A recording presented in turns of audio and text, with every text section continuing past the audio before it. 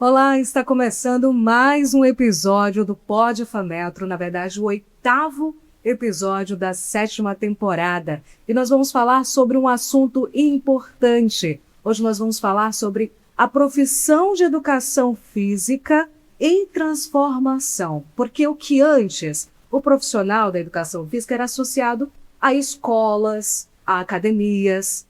E agora, esse profissional também está associado a empresas e até mesmo o ambiente digital. E para falar sobre esse tema, eu não estou sozinha, eu estou com eles. Primeiramente, queria convidar a professora Juliette Lobato. Seja muito bem-vinda, professora. Obrigada, Luciana. Ela que é profissional de educação física há 15 anos, é também mestranda em educação pela UFAM e atua também como personal trainer de mulheres que buscam transformar seus corpos. Seja muito bem-vinda. Obrigada, Lu. Também temos aqui o egresso da Fametro, ele que é o Erivaldo Oliveira. Seja muito bem-vindo, Erivaldo. Obrigado. Ele que é personal trainer, atleta de fisiculturismo e CEO do método Apex. Também temos aqui a professora Paula Fontes, ela que é bacharel em Educação Física pela UFAM e mestre em Ciências da Saúde, também pela Universidade Federal do Amazonas. Volto a lembrar que também a Paula Fontes é docente do curso da Fametro. Seja muito bem-vinda. Obrigada, Luciana. E professores, para a gente já começar o assunto, né, sobre esse tema que é a profissão da educação física em transformação nessa era digital. Gostaria de saber de vocês como é que está a profissão, como é que está ser o profissional da educação física numa era digital. Queria começar logo com essa pergunta. Como é que vocês têm enxergado essas transformações ao longo do tempo? Bom, eu vou começar falando um pouquinho dessa mudança, né, da educação física, que inicialmente falava muito sobre quem ia ser da educação física, ia ser professor escolar, ia ser professor de musculação, né? E hoje em dia, nós, enquanto docentes, já tentamos levar para a sala de aula que isso é apenas uma das vertentes da educação física, né? Que é uma profissão aí grandiosa, que temos várias áreas de atuação e é uma profissão que está em constante atualização, em mudanças e seguindo aí as tendências do mercado fitness. E é importante lembrar que, apesar dessas mudanças, né, da inteligência artificial, da tecnologia, o profissional é muito importante nesse contexto, né? E eu trabalho muito com isso, a mediação das tecnologias para utilizar tanto no nosso trabalho quanto no dia a dia na docência. Isso é muito importante para quem está no personal, para quem grava vídeos, para quem trabalha com público, não só na academia, mas também externo no Instagram. Exatamente. Também vale ressaltar que o digital serviu para todo mundo. Hoje em dia, acredito que todo mundo tem acesso ao treino digital, consultoria online. Antigamente, ter personal era uma coisa de luxo, era uma coisa assim fora da realidade. Hoje em dia, através da digital, da consultoria online, a gente consegue entregar a todo o público. E já falamos sobre essas transformações, a professora Juliette falou sobre, às vezes nós colocávamos um profissional de educação física numa caixinha. Né? Ou ele era professor ali na escolinha, ou ele era o profissional que atuava na academia. Só que a gente hoje observa que ele está em todo lugar. Né? Ele está naquelas instituições mais privadas, ele está ali nos hospitais auxiliando, ele está em todos os lugares agora, inclusive nesse ambiente digital. E eu gostaria até de tocar nesse ponto, porque hoje existem pessoas que estão sendo acompanhadas por esse profissional de forma online. Mas assim, eu queria que vocês falassem para mim, onde é que está essa diferença dessa humanização, né? Porque acho que é um questionamento. Isso muda um pouco, muda o contato, muda esse formato. Até que ponto pode ser bom e até que ponto a gente pode perder essa humanização de olho no olho ali com o teu cliente? Excelente. Hoje em dia nós temos a possibilidade aí de oferecer diversos serviços, né, enquanto digital. Como bem a Olivera colocou, hoje a gente consegue atender vários públicos, né? A gente consegue desde entregar um treinamento, ou seja, o aluno ele é capaz de, através de um aplicativo, verificar o exercício, quantas séries, quantas repetições, o tempo de descanso, ele vai visualizar o movimento correto e ele pode estar fazendo essa troca com o professor. Porque existe a modalidade da consultoria online, que seria você aí você ter essa troca com o aluno. Você faz uma avaliação nele, você tem uma anamnese, você tem realmente um atendimento personalizado, né? É um atendimento personalizado. E tem também uma venda de ficha de treino. Para que dá algumas vezes que não tem condições, que ele acha o serviço mais caro, ele pode optar por pagar, por exemplo, uma ficha de treinamento, onde você vai saber, você vai fazer uma anamnese prévia do aluno, verificar quais são aí os melhores exercícios, as melhores estratégias e passar um treino para ele. Nesse caso, você não faz o acompanhamento, você monta o treinamento de acordo com a necessidade. Então, seria um valor X. Uma consultoria, algo que você fica pedindo relatório semanal, e manda um vídeo da execução e do teu treinamento, para saber de alguma forma esse acompanhamento ele não para, ele não né? para. E ainda tem um personal online, né? O meu aluno viajou. E aí, para eu não ficar prejudicado, né? Meu aluno, no hotel que ele tá, tem aparelho. Eu ligo com ele de videochamada e ele vai fazendo os exercícios, eu vou corrigindo ele, nada, não sei. Fazer essa possibilidade. Exatamente. O que a Juliette falou realmente tem o lado positivo, porém, a consultoria online também tem o seu lado negativo. Até porque o digital, o online, no caso, para a pessoa ir treinar, ela depende da motivação. Então, muitas das vezes a gente não está ali para dar aquela motivação, não tem aquele compromisso diário. Ah, não, uma hora eu preciso ir lá treinar com o professor Oliveira.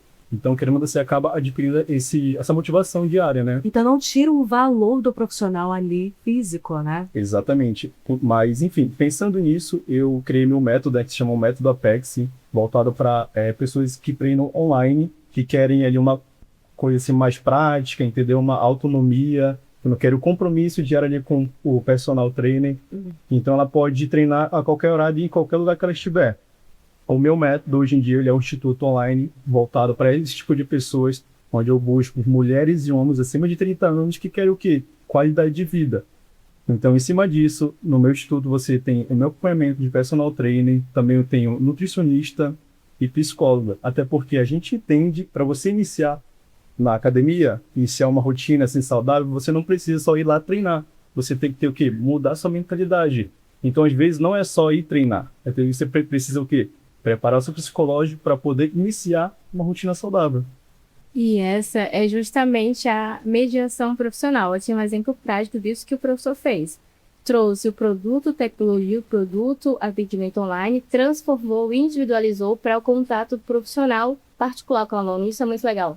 Porque mesmo online, quando o aluno se sente ouvido, ele vai sentir mais a vontade para fazer atividade física, exercício físico, e vai com certeza contratar esse serviço com um serviço individualizado, e pensando tanto no psicológico quanto no físico do aluno. Isso é muito importante. Essa humanização, mediação funcional é imprescindível e nunca vai acabar nesse processo. E é interessante também a gente tocar num ponto, professores, porque existem hoje já aplicativos disponíveis que acabam ali entregando um produto como para a gente, né? Isso. E aí resta saber até que ponto isso é positivo, porque assim, logicamente, isso facilita muito a nossa vida. Né? Mas, por exemplo, se você não faz um alinhamento direitinho daquele perfil de pessoa, né? Daquele perfil de aluno, e ele vai lá, né? Por livre, espontânea vontade própria, né? E baixa um aplicativo desses e pega um exercício ali, está disponível, né? Não tem ninguém para acompanhar. Como é que vocês lidam com isso, assim? Como é que o profissional de educação física tem lidado com esses aplicativos no mundo de hoje? Porque, assim, o mundo digital está aí, ele está acelerado, né? Eu acho que é importante a gente falar sobre esses aplicativos que surgem e o cliente faz ali em treino por conta própria. O correto é justamente o profissional entrar nesse mercado e trabalhar com isso, assim como o professor que fez. Ele pegou esse mercado pronto, ele tem tecnologia pronta e utilizou a tecnologia para fazer uma empresa própria e mais do próprio. Essa é a importância, que o seu aluno pega um treino pronto que a IA fez para ele, nunca vai ser o treino ideal, porque o profissional vai trabalhar com visão, o profissional vai trabalhar com as especificidades, vai utilizar a IA e modificar as questões particulares do aluno. Essa é a diferença. E essa é a segurança que esse profissional vai fazer nesse meio de tecnologia. Exatamente, como o professor Juliette comentou, né? A gente tem todo um início, ali, uma adaptação de questão de questionário de anamnese, entender como a pessoa se encontra no momento. Até então, a IA ela não lhe conhece, ela não sabe o que. Se você tem ali uma lobalgia, ou então você tem uma tendinite, uma bursite. Então, o treino genérico nunca é o ideal. Você tem que primeiro entender o perfil da pessoa para poder passar o treino correto para ela, entendeu? Então, por isso que o profissional é de suma importância ali. Eu, por exemplo, já recebi, né, alunas que pagaram por um serviço mais em conta, porque realmente é muito atrativo, né? Tá aparecendo ali direto nas redes sociais. E o algoritmo, ele entende isso. O próprio IA, você dá as Você sugestões para ele. traz muita coisa. E ele te traz um plano. Nesses canais de venda, é baratinho, para pagar menos de R$ 20, desde um programa completo, pelo ano inteiro, né? Para atender e quer ter oportunidade, né? Só que isso também é uma oportunidade, porque a gente também não pode vender e trabalhar, porque nós somos profissionais, tem competência e a gente pode entender que eu não vou que vender é uma forma também de monetizar, tá? A gente tem que, não basta apenas criticar, a gente pode utilizar também. Mas é interessante ter pessoas que já treinam, às vezes, que já têm esse comprometimento. Aquela pessoa que está iniciando uma vida ativa, que está saindo do sedentarismo, que tem algumas comodidades, aí já não seria tão interessante, né? O acompanhamento ali para saber realmente a necessidade, tirar uma dúvida, por exemplo, na própria consultoria online, o aluno tem o nosso telefone, né? Ele tem como ir ali no WhatsApp, gravar um vídeo, tirar alguma dúvida. Às vezes, eu não consegui fazer esse exercício, eu tentei fazer, posso substituir por qual? Então, a gente vai ver a melhor estratégia de substituir, encaixar algo mais devido à rotina daquele aluno. Então, essa parte humana a gente não perde. Por isso que a gente, no começo, tinha esse medo, mas eu falo, não, a gente precisa entender que entra junto, utilizar as ferramentas para ajudar, não para afastar. Perfeito. Professores, assim, existem outros desafios hoje que o profissional de educação física ele tem enfrentado nessa era que está se desenvolvendo ali tão rapidamente, né? Porque, querendo ou não, faz pouco tempo que a educação física, na verdade, qualquer profissão, a nossa mesmo, tem sofrido essas mudanças, né? Eu queria saber, assim, com parte de vocês, quais são os principais desafios que vocês têm enfrentado com profissionais quando se trata aí da era da comunicação digital? Eu digo que muita informação às vezes gera desinformação. Onde quem que eu vou acreditar, né? Buscar sempre aí fontes confiáveis. E falando nisso, a questão do maior desafio hoje eu vejo que estava tendo nosso cardzinho lá, os influenciadores, né? Esse é um tempo. Exatamente. Aquele profissional que não tem tanto conhecimento na área, mas quer. Na verdade, não é profissional da área. Não é profissional da área, né? Vamos sendo claro. Exatamente. Acredito que você influenciar a pessoa a se alimentar melhor, a criar hábitos saudáveis, a prática de atividade física, qualquer ela que seja, é maravilhoso, é positivo, você acaba inspirando mesmo. Acho que essa seria a influência positiva, né? Mais as negativas. Exatamente. Quando o blogueiro fitness ele te influencia de uma forma positiva, um exemplo, o cara nunca treinou, mas segue nenhum exemplo, a Virginia, que é a mais estourada, a mulher vai lá, vou começar a treinar, ela tá treinando, então por que não começar? Se ela consegue, porque eu não consigo, né? Exatamente. Será, né? Só que aí o lado negativo fica quando a pessoa começa a se comparar com ela. Então já não é legal, entendeu?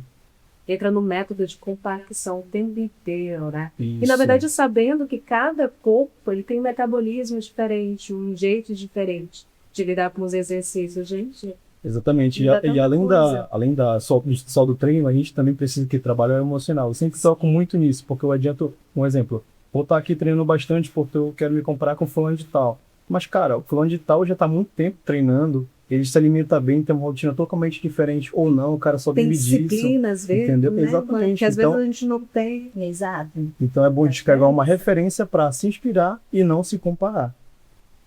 E hoje, apesar das redes sociais, a gente vê crescendo muito o método Wellness, esse método de preocupação como peça de indivíduo, né? O biológico, o social, o psicológico. Isso é muito importante, porque a gente vê já profissionais trabalhando, como o professor Oliveira trabalhando já nesse método, incorporando essas três vertentes do indivíduo. Isso é muito interessante. Porque o indivíduo vai nas redes sociais, aqueles corpos perfeitos, e às vezes sente mal psicologicamente, e isso gera um trauma, porque ele pode ir para academia, ele pode treinar, ele pode fazer dieta, e muitas vezes, sem cirurgia e outros métodos, ele não vai chegar nunca naquele perfil. Então, é entender e comunicar a importância dos corpos reais para esses indivíduos, né? E que o exercício físico é saúde. Como a gente vai falar mais da frente, é relacionado à saúde pública, é importante para evitar doenças e não só relacionado à estética. Perfeito. Às vezes dá para entender que o processo de cada um é diferente também, né? Porque eu falo discorrendo, assim, né? Eu tenho um hipotireoidismo, ou seja, o metabolismo é um pouco mais lento. E sempre sou acompanhada. E é muito difícil, porque imagina, você por mais que tenha uma rotina ali, né, de exercícios ou de comida lá certinha, aí você vê que o outro tem a mesma rotina que você e tem facilidade de perder ou facilidade de ganhar ali uma certa massa, e a gente fica assim frustrada logo de primeira. A gente fala, poxa, por que meu organismo não funciona da mesma forma? E os meus endócrinos sempre falavam, olha, teu metabolismo é diferente de ciclano, né? Aceitação. É aceitação, Né? exatamente. Aí você entra do tipo, preciso entender que eu não sou como um fulano, né? Preciso entender que estou fazendo aqui, mas meu processo leva um pouquinho que nem mais de tempo. Ditado que a nossa mãe fala, você não é todo mundo. Você não é todo mundo, exatamente. Agora, professores, acho que é importante a gente tocar no ponto da educação, né? Estamos falando aqui para os nossos alunos que estão na universidade, que estão se formando. Eu acho que muitos deles já nasceram em um ambiente que sofre essas adaptações da tecnologia. E eu queria saber de vocês como é que eu faço para preparar esse aluno que está ali sentado aprendendo, preparar ele para esse mercado que está se adaptando de uma forma frenética e para ele entender que, olha, tudo bem, mas isso aqui eu preciso estar atento, né? Eu queria ouvir de vocês, até para quem já está no mercado, né, e está lidando com essas adaptações. Então eu queria saber de vocês, como é que a gente prepara esse profissional? Eu acho que primeiro é ensinar a buscar informações, né? Porque há 10, 15 anos atrás, muitas pessoas falavam assim, profissionais, não preciso ler artigo porque eu vou trabalhar na área prática. Hoje em dia isso é uma identificação, não existe mais isso. O profissional ele precisa entender o que está acontecendo, ele precisa entender os artigos científicos que estão saindo, como coletar informações, onde pesquisar, quais são os fontes confiáveis. Então, primeiro ponto da perspectiva atencional é ensinar o aluno a buscar informações confiáveis para que ele utilize na prática. Exemplo, tem um grupo de patologia, tem buscar no PubMed, por exemplo, artigos científicos, revisões sistemáticas sobre essa patologia, as intervenções que são necessárias, muitas vezes funcionam, para que eu trabalhe isso na prática. Então, o primeiro ponto é esse. Realmente, o que a professora Paula falou, isso faz total sentido, mas o que faz também muito sentido aqui, além de a pessoa buscar muito conhecimento, é saber o que ela está buscando. Qual é o nicho que ela está querendo se especializar. Até porque quem treina todo mundo não treina ninguém. Então, como ela mesmo falou que ela tem uma aluna que tem patologia. Já pensou se ela só focasse em hipertrofia e emagrecimento e não buscasse o conhecimento para atender a patologias da aluna dela? Então, primeiro você precisa entender qual é o nicho que você quer se realocar. Entendeu? Vai para cima. Usa a rede social como a seu favor, vai adiantar o seu trabalho, até porque hoje em dia tem inúmeros profissionais se formando, a todo ano se formar milhares de profissionais. Então, para você usar a rede social ao seu favor, você tem que realmente pegar o celular, meter a cara e ir para cima. Isso mesmo. Nós começamos, né, Paula, desde o primeiro período ali, já ter essa conversa sobre atuação profissional. Eu acredito que quando eu trabalho com minhas disciplinas distintas, né, principalmente estágios, né, ginástica de academia. Então, são disciplinas, por exemplo, que eu busco colocar eles muito na prática. Mas como que acontece a prática? Ele tem uma teoria por trás, enquanto ele tem que trabalhar a teoria para poder realizar uma prática e mostrar para esses alunos quais são essas tendências de mercado, o que está acontecendo. Eu gosto muito de ver o que o colégio americano fala sobre as tendências, né? Então, eles sempre dão dicas, eu mostro para eles onde buscar, porque todo ano tem as tendências, por exemplo, as tendências vestidas, as tendências tecnológicas, os treinos acompanhados, treinamento para idosos, treino HIIT, pilates e yoga. São tendências que acontecem que a gente precisa estar se atualizando, senão a gente acaba ficando para trás. É uma profissão, né, como a gente está colocando aqui, que todo ano tem uma atualização. E hoje, qual é o novo nicho que se fala? É você ser do Léo, não é você ter qualidade de vida, você ter qualidade na alimentação, no sono. Então, isso, tempo de qualidade hoje, você investir em si, esse é o novo nicho atualmente. Perfeito. Eu acho que não menos importante, acho que é importante a gente falar da educação física em ambientes hospitalares ou até mesmo de iniciativas privadas. Acho que porque, por exemplo, recentemente, acho que até uns 1 ano, 2 anos atrás, eu estava num ambiente corporativo, né, com alguns clientes, e nesse ambiente eles fazem ginástica laboral toda semana, né, acho que 2 vezes na semana. E aí eu achava muito interessante, porque do nada, acho que umas 9 horas da manhã, né, vinha um profissional de educação física e fazia todos os funcionários daquela empresa levantarem, que era uma empresa assim, só mesmo que as pessoas ficavam na frente do computador ali um bom tempo. E eles faziam exercícios pertinentes àquele ambiente. E eu achei aquilo ali muito, assim, fantástico, né? E eu falei, nossa, quantas empresas poderiam ser assim, né? E pensando nisso, eu gostaria até de perguntar a vocês, né, qual a importância desse profissional em hospitais, em mesmo nas empresas? Gostaria de saber. Eu estava até comentando agora um pouco antes de começar, estava tendo um bate-bola com a professora Juliette e o assunto foi justamente isso, né? Ginástica laboral na empresa. Hoje em dia eu também sou sócio de um grupo que chama Alves Oliveira, que é voltado à advocacia, totalmente contrário da minha profissão, mas eu sou sócio com a minha esposa. E lá a gente tem uma quantidade pequena de funcionários, por que não? Lembrei, viu, que a Juliette na minha cabeça, que ela também já fez essa disciplina com a gente, e comecei o quê? A usar o meu funcionário como teste. Poxa, bora ali pelo menos uma vez na semana, antes de iniciar o trabalho, fazer exercício para poder você trabalhar ali tranquilo, ou então eu estou liberando a minha plataforma aqui para vocês irem treinar em uma academia. Então é muito bom para o desenvolvimento tanto do funcionário quanto também da empresa, né? Se eles estão bem, a gente também vai melhorar. Aqui no de educação física, né, hoje nós contamos no bacharelado com 4 estágios, né?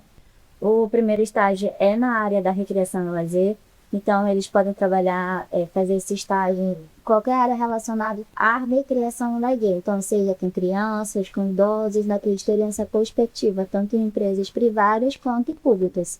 No segundo, eles trabalham com clubes de esporte, então eles vão trabalhar ali da administração lá com managimento, né? No terceiro, em musculação, e no último estágio é a prática profissional na área da saúde, que aí é um leque, né, onde a FAMEC já se preocupou dentro da estrutura curricular justamente para essa nova resolução do MEC, que é a última foi 2020. Resolução do 391/2020 de CONFEI. Isso, onde ele fala ali, né, das competências e habilidades do profissional de educação física, e ele fala justamente da competência do profissional de educação física na área hospitalar.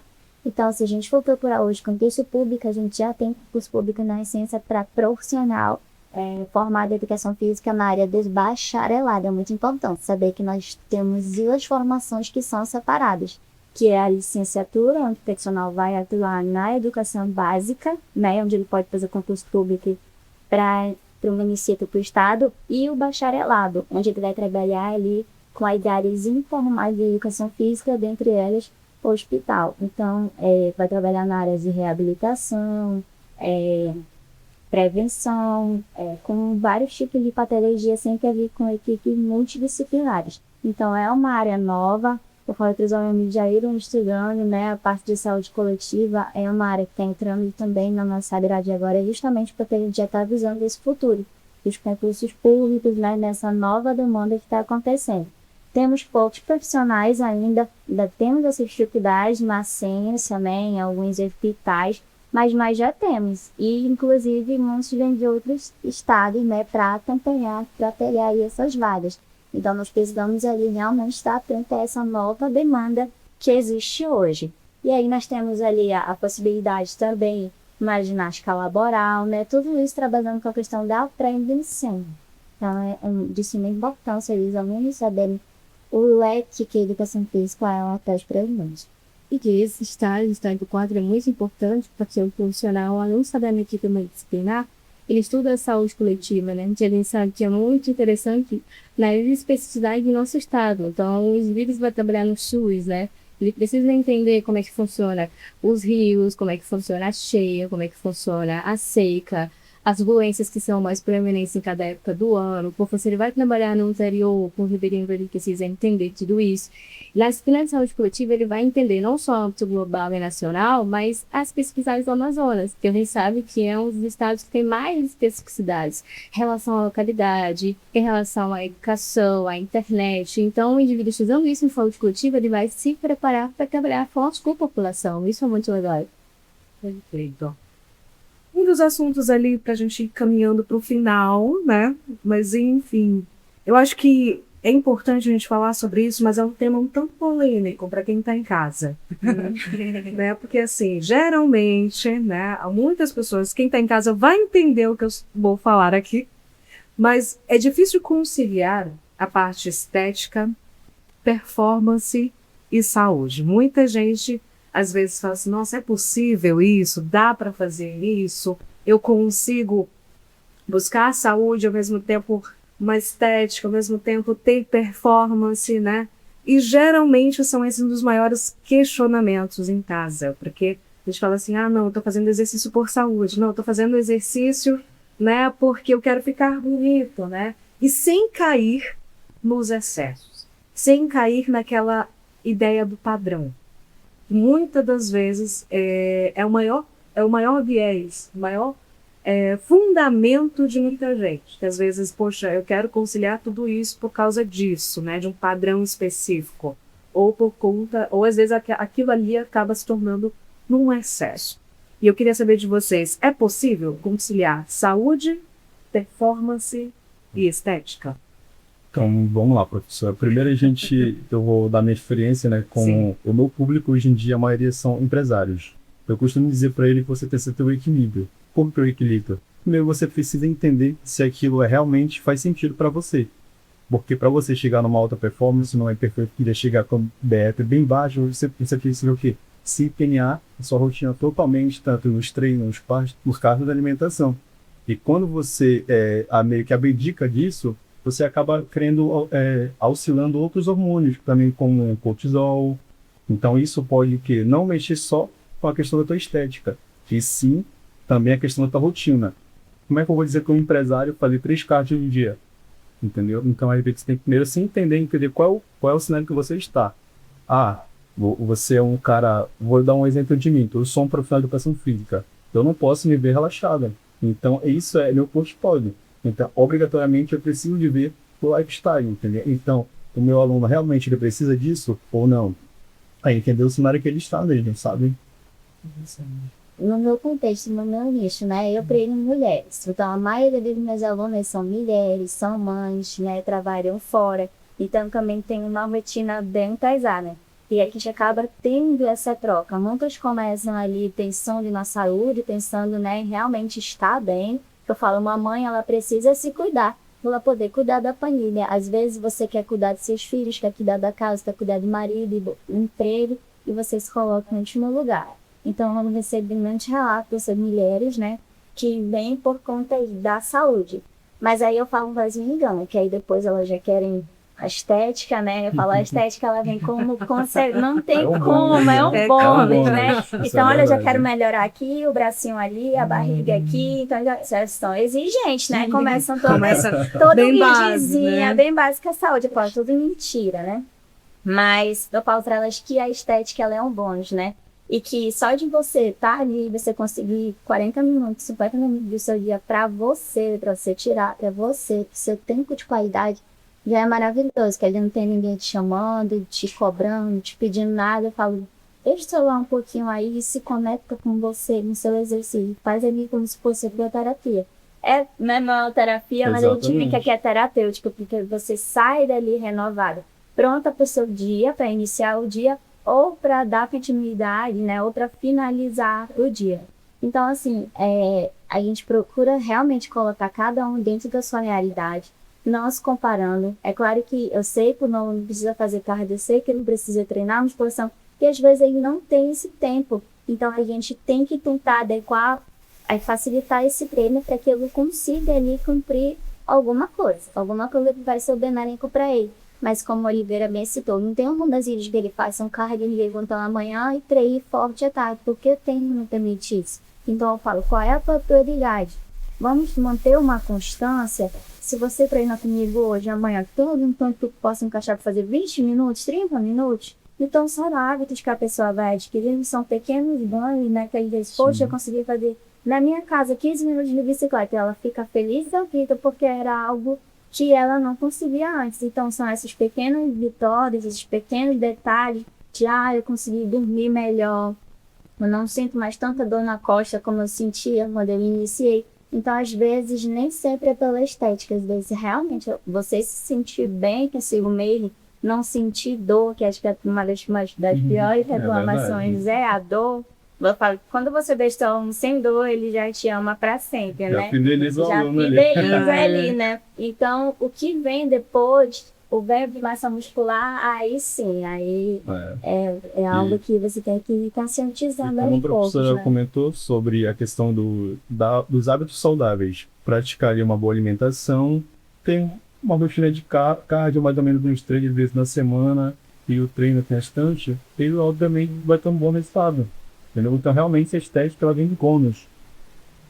E até todas as lavabas, já tem essa aí, também para ter as doenças emocionais, né? Professora, porque já que a gente está de alimentação, de exercícios físicos, isso é uma pessoa que estava até melhorando, por exemplo, os demônios, né? E é muito importante a iniciativas internacionais entender esse indivíduo na integralidade, né? O que é esse indivíduo, de onde ele vem, quais são as patologias, qual o motivo que ele está aqui, às vezes os problemas, as doenças que ele percorre durante a vida. Isso é muito importante, por quê? Porque o indivíduo sendo visto, sendo ouvido, é claro que ele vai se sentir confortável aí, vai ter saúde e de bônus, estética, bem-estar, diminuição dos sintomas depressivos e todos os outros sintomas. Perfeito. Poderíamos continuar falando, Tem né? muita Teria coisa muito pra falar, assunto. muito assunto. Mas eu quero agradecer mais uma vez a presença de todos vocês. Obrigada. Muito obrigada pela conversa, pelo prazer.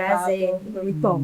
É maravilhoso. E para você que está em casa, se você gostou desse programa, então curte o nosso canal, se inscreva no nosso canal e fique por dentro das principais informações nas nossas redes sociais da FAMetro e do Pod FAMetro, tá bom? Eu te vejo no próximo programa.